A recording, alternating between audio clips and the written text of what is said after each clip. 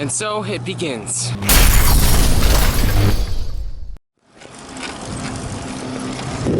What's going on, everybody? Welcome back to another episode of The Ride Today. Now what you guys are going to be seeing is essentially some footage that I've had I think this is from actually about 2 weeks ago. I filmed my ride this afternoon and on my lunch break, and it did not capture for some reason. I need to throw this in the garbage because this is broken, and yeah. Probably get a GoPro, or a Garmin has a new action cam that's coming out, so I'll be getting that hopefully soon. Anyways, guys, so the ride, this, I actually wanted to go through what a like a sample ride look like, what it actually entails and everything like that, just because in particular really what I actually do for training purposes. And a lot of you have been asking me what to do to really get better on the bike, and I'll go through that in the later part of this video. But this really, a lot of these talks aren't really just about my rides and everything like that. I kind of wanted to just talk about what's been asked recently, what I've been doing, what's been going on in my mind, because in my vlogs, everybody, I can't really, there's only so much information I can put in a vlog, if you really want to call it a vlog. I don't really like to call it a vlog, but I don't like to talk you guys to death. I don't like to bore everybody, because people just want to see what they want to see. They don't want to see me talking a lot, so that's what these videos are. But yeah, so in regards to just, I mean, a lot of people are asking lately how things have been going after my latest challenge. Let everybody know about that in my latest Q&A. But right now, in terms of my diet, I'm pretty much playing around with a lot different stuff, a lot more new things, I guess you could say. And the biggest thing for me is to really, I mean, I always recommend that for you guys. If you guys aren't used to experimenting with your body and used to, you know, trying new things, then definitely go for it. For me lately, it's actually been experimenting with, it's funny that I'm saying this, guys, because I've been an advocate for the longest time against it. Well, not against it, but for it not mattering for the majority of people, but nutrient timing. For me, and also the types of nutrients consumed around your workouts, really, your training. I was a big advocate for, and I still am a big advocate for carbs and simple versus complex carbs. For the most part, it's not really going to matter. Glycemic index won't really matter for the majority of people, but if you're an endurance athlete, you may, or I should say you should, try something. I'm gonna say it, try something that's labeled fast digesting. Try something around your workouts that will help with recovery. I mean, the biggest thing with people is that they think that, I mean, I should say myself, I thought for the longest time that it really didn't matter at the end of the day, as long as you're getting your required carbohydrates and everything like that, proteins, fats, you're fine. But I feel like I've noticed such a significant performance increase just from switching my carb sources, and from just the overall amount, obviously, of carbs that I consume a day. I have a lot of wiggle room, as most of you know. I'm pretty active and everything like that, so I kind of wanted to let everybody know, just to try and see how it works. Then again, I'm going to say this because a lot of people are going to flame me for this, but for 90% of people out there, it's not going to matter at all. So here we go, right here, guys. This is actually what I wanted to mainly talk about with this video, since we are showing bike footage, cycling footage, is how to get better at hills.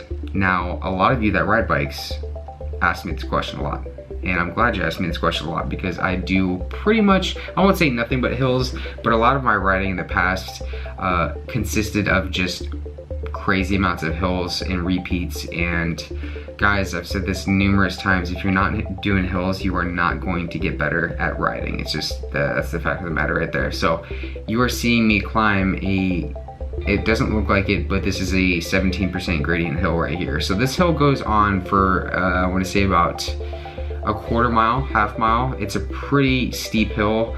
If this was longer than a mile, I wouldn't be doing repeats on it. Let me just put it that way. So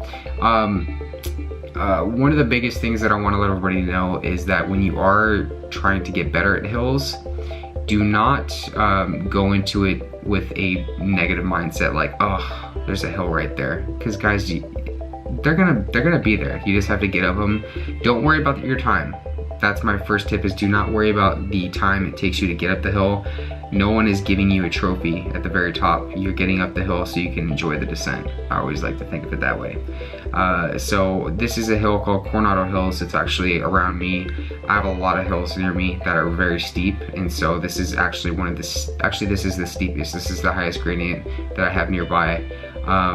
So you first want to approach a hill, and you want to get into obviously a gearing that's going to make you, it's going to allow you to spin rather than mash. And you guys have heard me talk about that before, but if you're mashing, you're going to lose efficiency. That's the biggest thing. You want to be efficient as possible when you are climbing, and if you lose that efficiency, you're going to gas out. You're going to lose power, you're going to lose stamina, you're going to lose everything. So keeping a higher cadence and not mashing is going to allow you to get up the hill at a, I'll say, a more efficient pace. Not necessarily, it doesn't have to be a quicker pace, because we're not talking about how fast we can get up the hill. Right now we're talking about efficiency. Now the big debate is whether you should be standing or you should be seated. Now what you guys need to take into consideration is when you are standing, you're going to be using more of your upper body, and you're not going to be utilizing as much of your lower body. This is all my opinion. There's a lot of debate in the cycling world about this still, but you're not going to be utilizing as much of your lower body as you should be doing. I personally prefer to be seated when I'm doing any of my climbing. I'll get out of the saddle if it's more, if the climb is a little bit steeper and it's shorter. So if it's like a little kicker hill, you'll see I'm seated right here. Then I will, again, I'll stay in the saddle.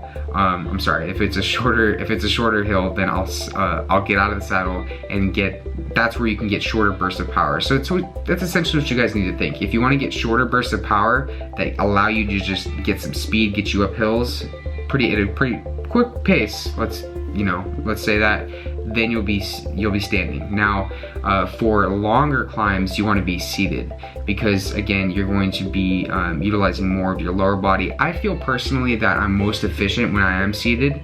I'm not doing the mashing. I'm not doing any of that. I'm thinking of myself spinning up the hill as opposed to mash, and then you're gonna hear a lot of different things from people.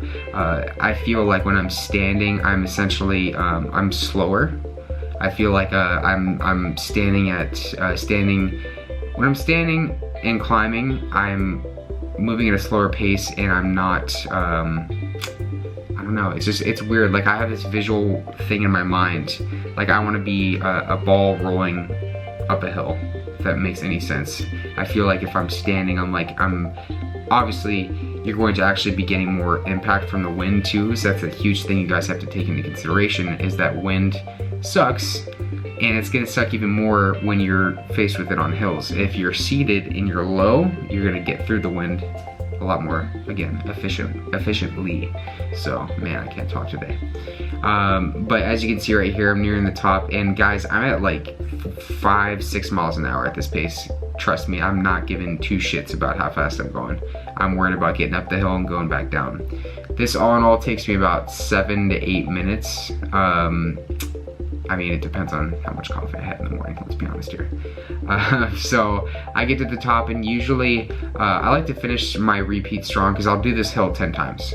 If I do this 10 times, that nets me about 5,000 feet of elevation per training session. And so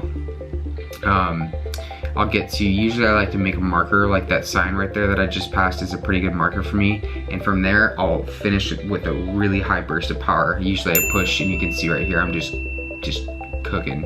I juice it up usually to like 7.5 to 8 miles an hour. Sometimes I can get it up to even 9 miles an hour, and I just like to just push it out, crank out the power, and finish it strong. So that's pretty much what a climbing session looks like for me, guys, and those are some tips for you guys on how to climb better. So hope you enjoyed it. Thanks. So that's it for the video, guys. Hope you guys enjoyed it. If you haven't already, feel free to follow me on my social media, Facebook, Snapchat, Twitter, Instagram. You know the drill. Thanks again for watching another video, guys, and go ride a bike. Vegeta, what does the scouter say about his power level?